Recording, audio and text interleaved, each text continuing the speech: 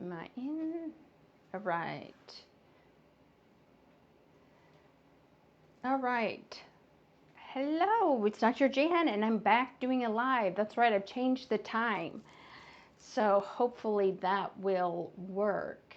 But today we're going to talk about bosses and what happens if your bully is your boss, because that does in fact change the dynamic.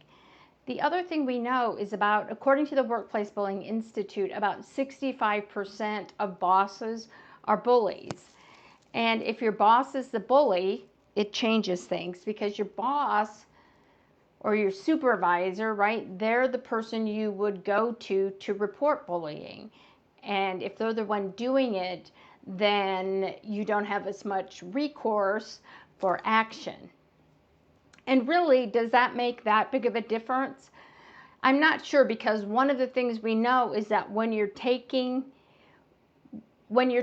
to get bullying to stop, oftentimes nothing happens. But it does make a difference in how you act and interact if your boss is the bully. So what do you do if your boss is the bully? First off, take a few deep breaths. Lots of us have been in that same experience, so you're definitely not alone. Lots of us have been bullied by our bosses. The second thing I'm going to tell you is how I would handle it is mostly the same way I would tell you to handle any sort of bullying. The best strategy when you're dealing with a boss who is a bully is to do your job to the best of your ability and try to limit how much engagement you have to have with them. Now, if your boss is your direct supervisor and there's a lot of engagement, that does make a difference. So the first thing you have to do is get a good grounding strategy, which means how do you keep yourself in control? Because one of the things that bullies do is poke, they try to get emotional reactions. And what you're going to do if your boss is a bully is you're going to try to not have any reactions to what they're doing. And the first step is having a good grounding strategy. And what I meant to say was grounding strategies, so you have more than one. Because what we have a tendency to do when we're being bullied is to plow through those grounding strategies, and before we know it, we're showing signs of being bullied. We're having that emotional reaction.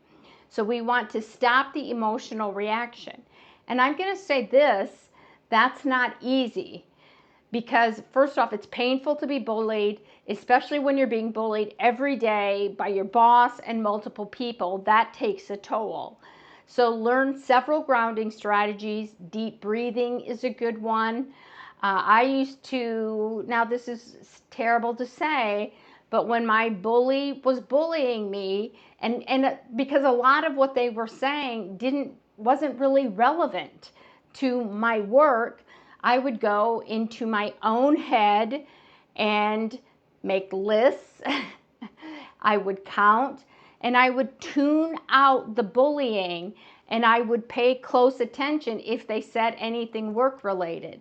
Because a lot of times bullying is related to your work. A lot of times it's criticism and threats, and that is not related to your work.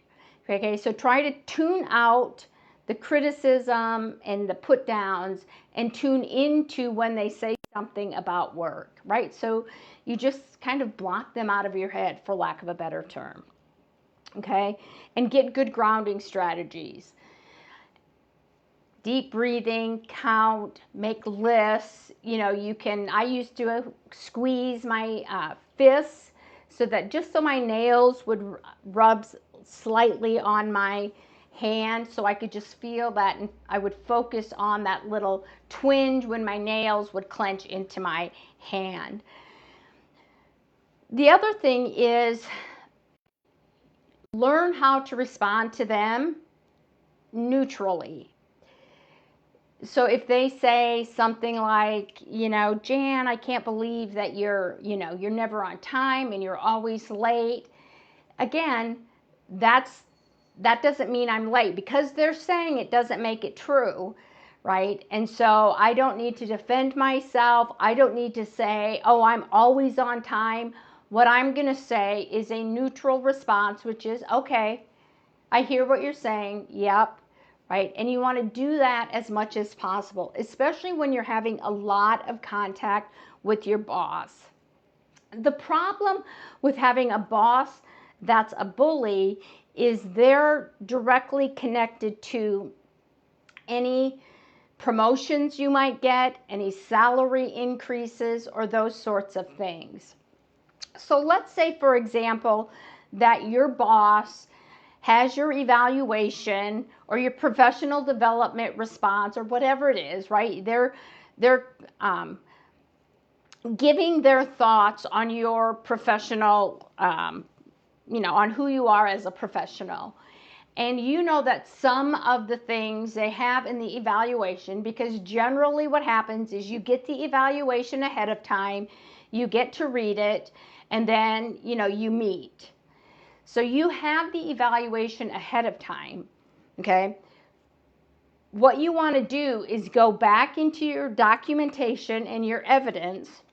And if they say, for example, well, you haven't clocked in on time for the last 10 weeks, right? And you know that you have your timesheets, and actually you've been at work 10 minutes ahead of time. What you want to do is directly say that what they put in your evaluation is false, without saying, dude, that's totally a lie, that's crap, that isn't true. What you want to do is just talk about what you've done, how that what they put in your evaluation is not true. So you might say something like this: well, Supervisor A, I really appreciate, you're completing my evaluation. However, I noticed that one of the areas that you dinged me on, or whatever it is that I was late. I have a copy of all my timesheets for the last 10 weeks, and I'm happy to give you that evidence, but for the last 10 weeks, I've actually been between 5 and 7 minutes early to work, right? So that you want to counter their evaluation with facts and evidence, okay? And then just say, again, I appreciate you're taking the time to do my evaluation. Now, one of two things can happen when you call out the behavior by your supervisor. Is they can go off and criticize more, okay? And if they do, then you're going to document that. Or two, they can, correct their action. I guess there's more than two, right? They might correct it or just leave it in there, okay? So again, if they leave it in there, most of the time you can counter their evaluation with your own evidence. And I would put all the evidence, 1, 2, 3, that you have that counters what it is that they're saying about you. And again, if you have 10 weeks of timesheets, okay, then that's what I would put as a rebuttal to whatever it is that they're saying. So let's go back to the timesheets for a second. If you know that your bully is criticizing and attacking you about certain things, you want to make sure that those are the things you make sure that you're documenting and have evidence for. So if it's getting to work on time, make sure that you take a picture of your timesheet, right? When you've clocked in, and then snap a photo of it. Okay, so that you have direct evidence of what it is that they're saying that's basically gaslighting and a lie. That's really important. So so again, using documentation and evidence to counter what they're saying is super important. Letting go of some of this stuff is also very, very important, because your boss is going to try to get that emotional reaction. And if you can, strip that away, that's 50% of their power right there.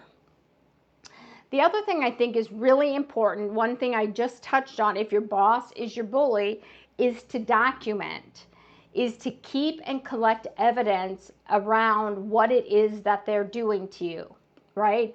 Date, time, location, and all those things. And if you go to shop.stopbullyculture.com, I have a Google sheet that you can use as a good template for documentation. It's super easy to use. It has a chart and tables. It automatically summarizes that information for you. It has everything in there that you need. So documentation is really important, because if they try to demote you, that happens a lot, demotions, or they try to ding your salary or deny you a pay raise, you can then, with all that supporting evidence, you can counter what it is that they're saying.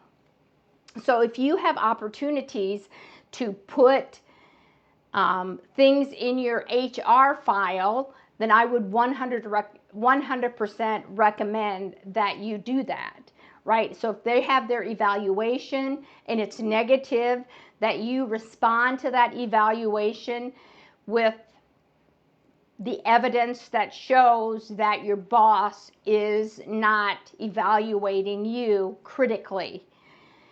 So, and I think that's really important. The other thing you can think about doing, but there's risk involved with this.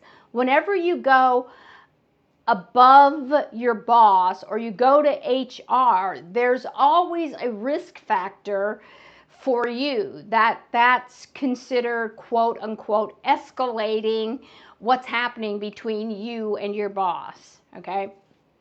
And so, but sometimes it's necessary to escalate it, okay? So if your boss is a bully and you want to go to HR and make a complaint, here's what I recommend.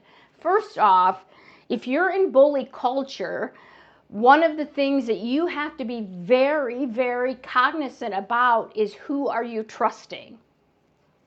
Because you have to assume, unless proven otherwise, that the people you are trusting, like HR, or your supervisor, that your supervisor or your boss has gone behind your back and muddied the water, and that person is feeding is HR and your supervisor bad information. So if you're going to go make a complaint to HR, have your facts and evidence in place, and also realize that that might backfire. Okay, so you can assess the relationship between HR and your boss to help you assess the risk factors. Okay, so for example, if the person who's in HR used to be in the supervisor's position, they likely have a very strong relationship.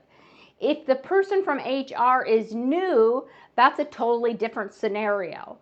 You might have more success with the new person versus somebody who's been there a long time and built relationships. But there's always a risk factor when you take a complaint to a higher level.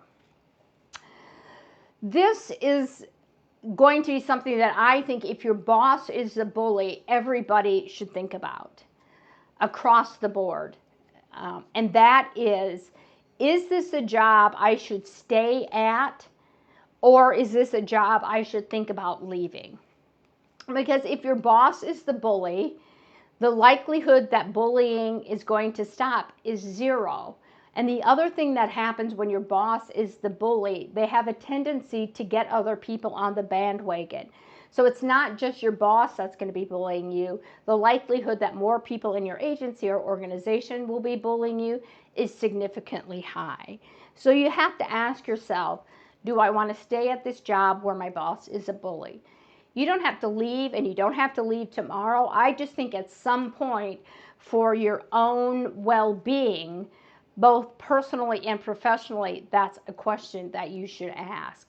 But the best strategy when your boss is the bully is to learn strategies that de-escalate and also that are evidence-based, that help you survive and deal with that situation. Right? Again, if you need anything, please feel free to message me. You can always email me at jan@stopbullyculture.com. If you're looking for resources, I have a lot of great resources on my shop. Again, I have documentation tools. I have ways that you can outsmart the bully. I have verbal and written and documentation power packs that help you deal with and have strategies in there, email, written, verbal, that help you shut down workplace bullies. And so that's at shop.stopbullyculture.com. And again, if there's anything that you'd like me to talk about at any point, please just let me know. Otherwise, I'll see you next Wednesday at noon.